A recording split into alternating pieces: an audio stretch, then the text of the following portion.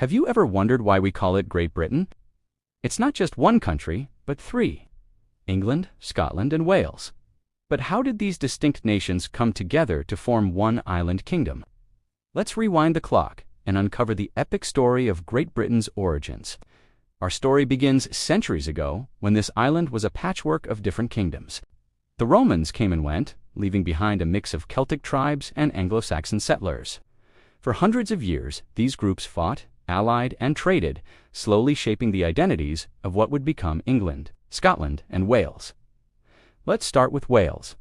Known for its rugged mountains and fierce warriors, Wales was a collection of independent Celtic kingdoms. Despite constant pressure from their Anglo-Saxon neighbors to the east, the Welsh people held on to their unique language and culture with incredible determination. It wasn't until the 13th century that King Edward I of England finally conquered Wales, bringing it under English rule.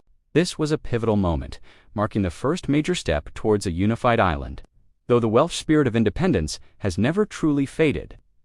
Next, we journey north to Scotland, a land of lochs, highlands, and a proud, independent spirit. For centuries, Scotland fought fiercely to remain separate from its powerful southern neighbor, England.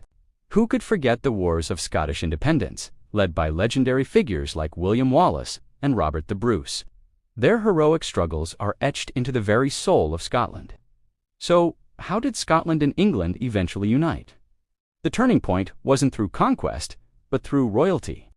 In 1603, a fascinating twist of fate occurred.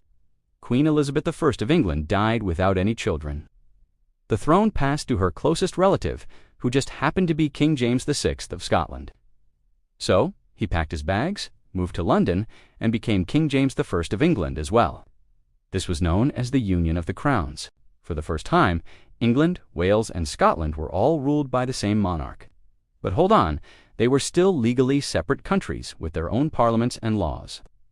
The final piece of the puzzle fell into place about a century later. In 1707, the Acts of Union were passed. This was a huge deal.